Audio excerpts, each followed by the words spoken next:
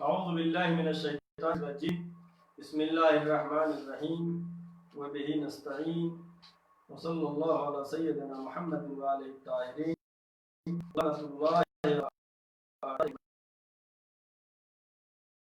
یوم الدین.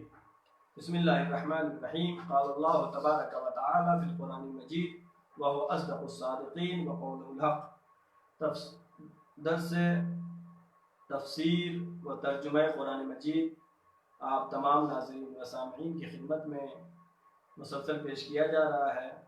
آج اس سلسلہ دروس کا 44واں درس ہے اور 9 شوال ہے، اور آج کے دن جزء دوم یعنی دوسرے پارے کا آدھا حصہ تمام ہو جائے گا. آج آیت نمبر 196 تک ہم نے پڑھا تھا، اور آج آیت نمبر 197 سے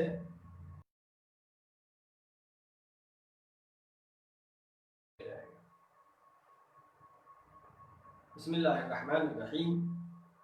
آیت نمبر 197.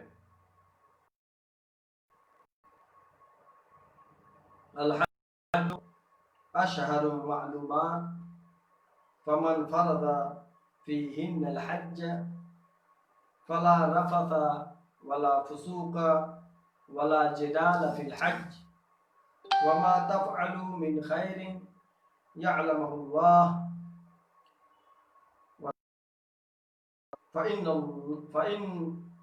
وتزودوا فإن خیر الزاد التقوى واتقون یا اولی الالباب.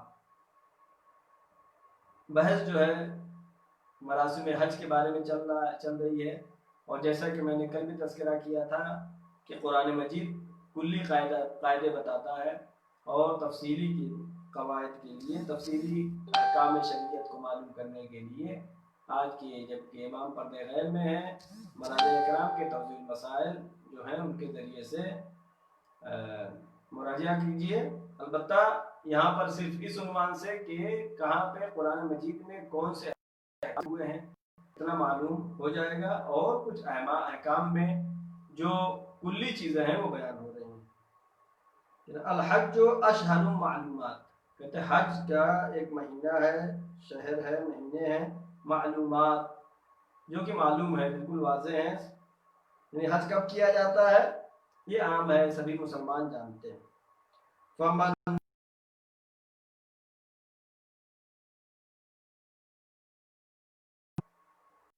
جب حج کرنے گیا ہے آدمی، احرام باندھ لیا مکے میں داخل ہونے کے بعد اپنی میقات سے، اور اب حج کے لیے جب احرام باندھ لیا تو کچھ چیزیں ایسی ہیں جو حالت احرام میں جو شخص ہے اس پر حرام ہو جاتی، محرم پر کچھ چیزیں حرام ہو جاتی ہیں. جیسا کہ رسائل عملیہ میں مراجع اکرام نے تذکرہ کیا، وہ تقریباً 24 چیزیں ہیں جو احرام باندھنے کے بعد حرام ہو جاتی ہیں. یہاں پر کلی خالق اپنے مخلوق سے خطاب کرتے ہوئے کلی قواعد بتا رہا ہے. فمن فرض فیہن الحج، جب حج واجب ہو جائے یعنی حج کے لیے چلے جائیں، فلا رفث ولا فسوق ولا جدال فی الحج، حج میں فلا رفث یعنی زوجہ کے ساتھ ہم بستری کرنا جائز نہیں، ولا فسوق اور کسی بھی طرح کا گناہ کرنا جائز نہیں ہے، جیسا کہ احکام حج میں ایک مچھر بھی مارنا ہے وہاں پر اجازت نہیں. ولا جدال فی الحج، اور حج میں جدال بھی نہیں ہے، لڑائی جھگڑا بحث و گفتگو منع کیا گیا. وما تفعلوا من خیر، اور جو انجام دے من خیر نیکی میں سے کوئی نیک کام، اچھا کام انجام دے، یعلمہ اللہ، اللہ اس کو جانتا. اللہ تو ہر چیز جانتا ہے، لیکن یہ اہمیت کو بتانے کے لیے یہاں پر خداوند عالم تذکرہ کر رہا ہے. یعلمہ اللہ، اللہ اس نیکی کو جانتا ہے، نہیں اس کو دکھاوا کرنے کی ضرورت نہیں ہے، اللہ کے لیے انجام دے رہے ہیں، اللہ جانتا ہے. یعلمہ اللہ. وتزودوا فإن خیر الزاد التقوى، وتزودوا اور زیادہ کرو. کیا زیادہ کرو؟ من خیر یعنی عمل خیر کو حج میں اور زیادہ کرو. فإن خیر الزاد التقوى، بہترین زاد سفر کیا ہے؟ وہ تقویٰ ہے. وَاتَّقُونِ یا اولی الالباب، یا اولی الالباب یعنی عقل رکھنے والوں، سمجھدار لوگوں. وَاتَّقُونِ یا اولی الالباب، اے عقل مند لوگوں مجھ سے ڈرو، میرا تقویٰ اختیار کرو، متقی بنو. بار بار قرآن مجید اس ہدف کی طرف اشارہ کر رہا ہے. لہذا جیسا کہ میں نے تذکرہ کیا، کچھ چیزیں ہیں جو حج میں حرام ہو جاتی ہے. اس میں سے چند چیزوں کو قرآن مجید کی آیت میں خداوند عالم نے ذکر کیا ہے. کیا کیا ہے؟ ہم بستری کرنا زوجہ کے ساتھ، ولا فسوق، اور گناہ کسی بھی طرح کا گناہ کرنا، ولا جدال فی الحج، حج میں لڑائی جھگڑا بھی نہیں کرنا چاہیے. لہذا بار بار جو ہے اللہ متوجہ کر رہا ہے اپنے بندوں کو کہ گناہ سے بچیں، اس لیے کہ گناہ کی تھوڑی دیر کی لذت سبب بنتی ہے کہ عذاب ابدی کی، ہمیشگی عذاب، ہمیشہ ملنے والا عذاب. لہذا انسان کو چاہیے کہ اپنے کو گناہوں سے بچائے اور اس راستے پر چلے جو متقین کا راستہ ہے. اب آیت نمبر 198، لیس علیکم جناح ان تبتغوا فضلا من ربکم. البتہ یہ ایسا نہیں ہے کہ حج پہ آدمی جائے. اسلام جس طریقے سے دین اور دنیا دونوں کو ساتھ میں لے کے چلنے کی تاکید کر رہا ہے، لہٰذا یہاں پر خداوند عالم فرما رہا ہے لیس علیکم جناح، تمہارے لیے کوئی حرج نہیں ہے، ان تبتغوا فضلا من ربکم، کہ اپنے پروردگار سے فضل طلب کرو.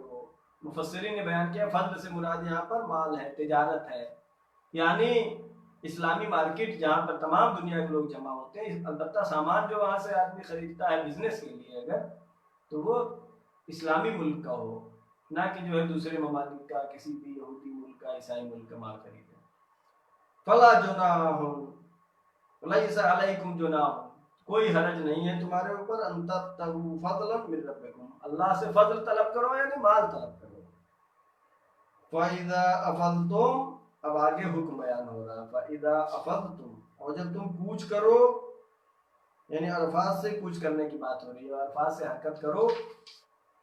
فَإِذَا أَفَضْتُمْ مِنْ عَرَفَاتٍ، جب تم عرفات سے حرکت کرو. فَاذْكُرُوا اللَّهَ عِنْدَ الْمَشْعَرِ الْحَرَامِ، بس تم اللہ کا ذکر زیادہ کرو، اللہ کو بہت زیادہ یاد کرو جب مشعر الحرام میں پہنچو. وَاذْكُرُوهُ كَمَا هَدَاكُمْ، اور اللہ کو ایسے یاد کرو جیسے تمہیں بتایا گیا ہے. جیسا کہ حج میں پڑھتے ہیں اس تکبیر کو، اللہ اکبر اللہ اکبر، لا الہ الا اللہ واللہ اکبر وللہ الحمد، اللہ اکبر علی ما ہدانا، اللہ اکبر علی ما رزقنا من بہیمۃ الانعام والحمد للہ علی ما اولانا. اور جو بھی ذکر ہے، ذکر کرنے کا حکم ہو رہا ہے. وَاذْكُرُوهُ كَمَا هَدَاكُمْ، اللہ نے جس طریقے سے تمہیں بتایا ہے اس طریقے سے اس کا ذکر کرو. وَإِن كُنتُم مِّن قَبْلِهِ لَمِنَ الضَّالِّينَ، اگرچہ تم اس کے پہلے گمراہوں میں سے تھے. البتہ یہ گمراہی کے درجے ہیں. یہاں پر گمراہ سے مراد یہ ہے کہ اب یہ شخص جو حج آ کے عمل حج کو انجام دے رہا ہے اس کی طرف اشارہ ہے کہ اب تم ضالین میں سے، وَإِن كُنتُم مِّن قَبْلِهِ لَمِنَ الضَّالِّينَ، اس کے پہلے تم گمراہوں میں سے تھے. یہ گمراہی مراد یہ نہیں ہے کہ بے دین تھے، بے مذہب تھے، یعنی عبادت کا مزہ تم نے ابھی تک نہیں چکھا تھا. اب یہ حج کرنے کے بعد جو عبادت کا مزہ ملے گا وہ انسان کو اللہ سے اور زیادہ قریب کر دے گا.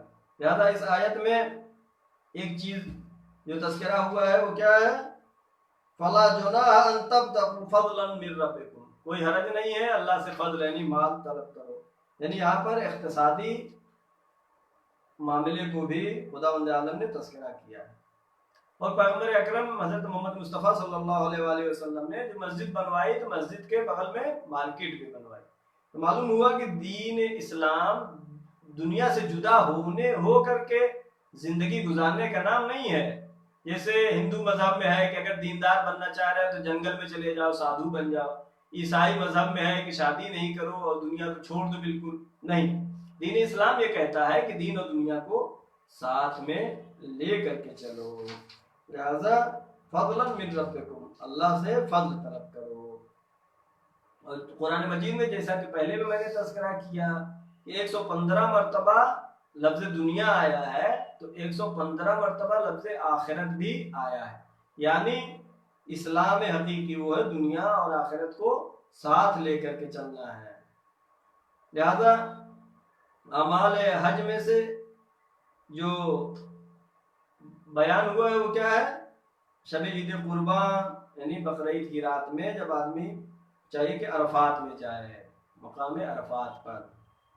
اور یہاں پر ایک حکم شرعی ہے کہ ظہر سے غروب تک وہاں ٹھہرے. عرفات میں ظہر سے غروب تک رہنا ہے اور غروب سے پہلے وہاں سے حرکت نہیں کر سکتا ہے کہ غروب سے پہلے وہاں سے نکل جائے. اگر کوئی غروب سے پہلے عرفات سے باہر نکل جاتا ہے تو پھر اسے ایک اونٹ کفارے کے طور پر دینا پڑے گا. اور عرفے میں عبادت کی جگہ ہے،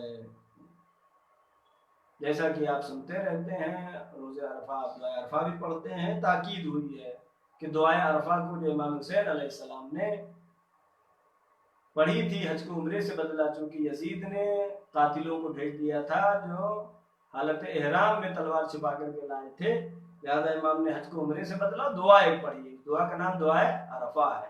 ایسا نہیں صرف عرفہ کے دن پڑھی جائے دعا، جب بھی موقع ملے توفیق حاصل ہو چاہیے کہ اس دعا کو پڑھا جائے. البتہ مقام عرفات میں اس کے پڑھنے کا زیادہ ثواب ہے. عرفات کے بعد پھر مشعر جاتے ہیں اور مشعر سے پھر منا جانا ہوتا ہے. لہذا شب عید قربان میں جو رات گزاری جاتی ہے وہ مشعر میں رہتی ہے. اور مشعر میں کھلا ہوا میدان کہ جہاں پر حج جو ہے پیسے والے ہی جاتے ہیں کرنے، پیسے والے ہیں، سب زیر آسمان ہے، کوئی کپڑا نہیں ہے، بس ایک لنگی ہے، ایک اوپر کپڑا ہے، سب برابر ہے. یہ دین اسلام بتا رہا ہے کہ تمام انسان برابر ہیں. اور جتنا مساوات کا درس دین اسلام نے دیا ہے کسی مذہب میں بھی نہیں ہے، کسی دھرم میں نہیں ہے. یعنی پیغمبر اکرم نے مسجد میں اذان دینے کے لیے جناب بلال کو مؤذن بنایا جو ایک غلام تھا، لیکن دین اسلام نے بتایا کہ نہیں، غلام ہو، آقا ہو، کالا ہو، گورا ہو، جب وہ مسلمان ہے تو سب مسلمان برابر ہیں. اور اس کا منظر آپ نماز جماعت میں دیکھتے رہتے ہیں، چاہے وہ ایک فقیر ہو، چاہے وہ ایک ڈرائیور ہو، چاہے ایک سبزی بیچنے والا ہو، چاہے ایک بہت بڑا بزنس مین اور کروڑپتی ہو، سب ایک لائن میں کھڑے ہوتے ہیں نماز پڑھنے کے لیے. یہ دین اسلام کی اتنی بڑی اتنی اچھی خوبی ہے کہ اگر دنیا کے انسانوں کو یہ بتایا جائے کہ دین اسلام ایسا دین ہے، اتنی مساوات کا قائل ہے، تو لوگ دین اسلام کے گرویدہ ہو جائیں گے. لہذا ضروری ہے کہ ان چیزوں کو ہم لوگوں کو بتائیں کہ دین اسلام کیا کیا حکم دے رہا ہے. لہذا مشعر الحرام میں جا کر کے سب برابر ہیں زیر آسمان. اور جو لوگ حج پہ گئے ہیں بتاتے ہیں بہت بہترین اور اچھا منظر رہتا ہے، یاد خدا میں انسان غرق ہو جاتا ہے. ہم پڑھیں گے آیت نمبر 199 199. ثم افیدوا من حیث افاض الناس. یہ آیت جو ہے مربوط ہے مکے سے، کہ جب مکے سے نکلے اس کے بارے میں. ثم افیدوا من حیث افاض الناس، پھر تم کوچ کرو، نکلو، چلو، من حیث افاض الناس، جیسے لوگ چلتے ہیں اسی طرح، عام لوگوں کی طرح. یہ اشارہ ہے کہ اپنے کو دوسروں سے الگ کر کے پیش کرنا، دوسروں سے الگ بتانا، کچھ اپنا الگ. جیسے دین اسلام میں لباس شہرت منع ہے، کیوں؟ اپنے کو الگ دکھانا منع ہے سب کے ساتھ. ثم افیدوا، کوچ کرو، من حیث افاض الناس، جیسے سب لوگ کوچ کرتے ہیں.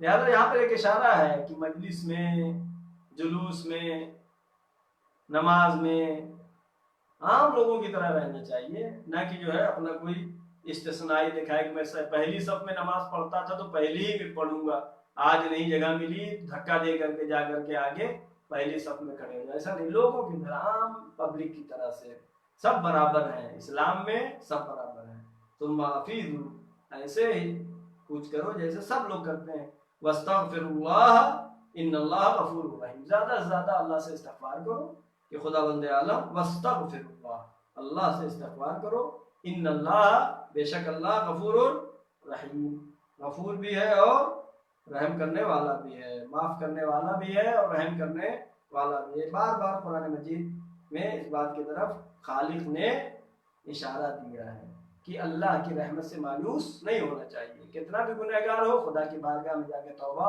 و استغفار کرے، اللہ گناہوں کو، اللہ غفور الرحیم، رحیم بھی ہے اور معاف کرنے والا بھی۔ اب آیت نمبر 200،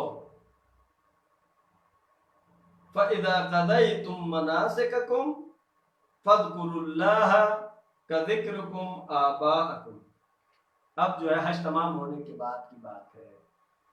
اصل میں کفار و مشرکین کے زمانے میں بھی حج تھا، دین اسلام نے اسی حج کو تائید کیا ہے، البتہ وہ حج کا طریقہ انہوں نے بدل دیا تھا، لہذا حج کے بعد وہ جب حج پورا ہو جاتا تھا جمع ہوتے تھے، اپنے بزرگوں کی تعریف کرتے تھے کہ ہمارے باپ جو ہے بہت بڑے عالم تھے، ہمارے دادا جو ہے بہت بڑے سردار تھے، اور ہمارے یہاں بہادری میں ہم لوگ مشہور تھے۔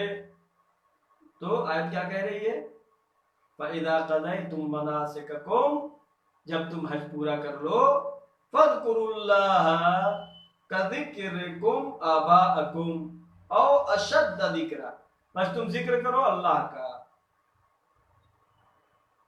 کذکرکم آباءکم، جیسے تم اپنے آباء و اجداد کا ذکر کیا کرتے تھے، خوب لمبی لمبی چھوڑتے تھے، وہاں پہ چھوڑنا نہیں ہے، حقیقی ذکر ہے، جیسے تم اپنے آباء و اجداد کا پہلے جہالت کے زمانے میں، زمانے جاہلیت میں ذکر کرتے تھے، مفاخرات کرتے تھے، فخر و مباحات کرتے تھے،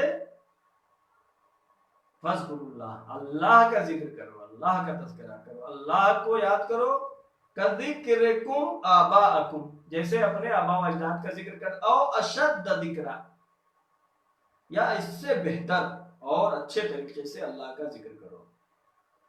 فَمِنَ النَّاسِ مَن يَقُولُ رَبَّنَا آتِنَا فِي الدُّنْيَا وَمِنَ النَّاسِ، فَمِنَ النَّاسِ، بس لوگوں میں سے کچھ لوگ وہ ہیں، مَن يَقُولُ رَبَّنَا آتِنَا فِي الدُّنْيا، یعنی پروردگارہ ہم کو دنیا میں عطا کر۔ کچھ لوگ دعا میں صرف دنیا کا مطالبہ کرتے ہیں، دنیا کے لیے دعا کرتے ہیں۔ وَمَن يَقُولُ رَبَّنَا آتِنَا فِي الدُّنْيَا، جو لوگ یہ دعا کرتے ہیں، یہ کہتے ہیں کہ پروردگارہ ہمارے لیے دنیا میں عطا کر، وَمَا لَهُ فِي الْآخِرَةِ خَلَاقٌ، آخرت میں ان کے لیے کچھ بھی نہیں ہے، کوئی فائدہ نہیں ہے، آخرت میں ان کو کچھ ملنے والا نہیں ہے۔ یعنی اگر اللہ سے دعا کرو، مطالبہ کرو، تو صرف دنیا نہیں مانگو، بلکہ دنیا کے ساتھ ساتھ آخرت کو بھی مانگنا چاہیے۔ لہذا خالق نے ہم کو بتایا ہے کس طریقے سے۔ تو من خلال، یعنی صرف دنیا کے لیے دعا نہیں کرنا چاہیے، بلکہ آگے آیت کہہ رہی ہے، آیت نمبر 200، سورہ بقرہ کی آیت نمبر 200 میں پڑھ چکے ہیں، آیت نمبر 201، وَمِنْهُمْ مَن يَقُولُ رَبَّنَا آتِنَا فِي الدُّنْيَا حَسَنَةً وَفِي الْآخِرَةِ حَسَنَةً وَقِنَا عَذَابَ النَّارِ۔ وَمِنْهُمْ، اور کس سے خطاب ہے؟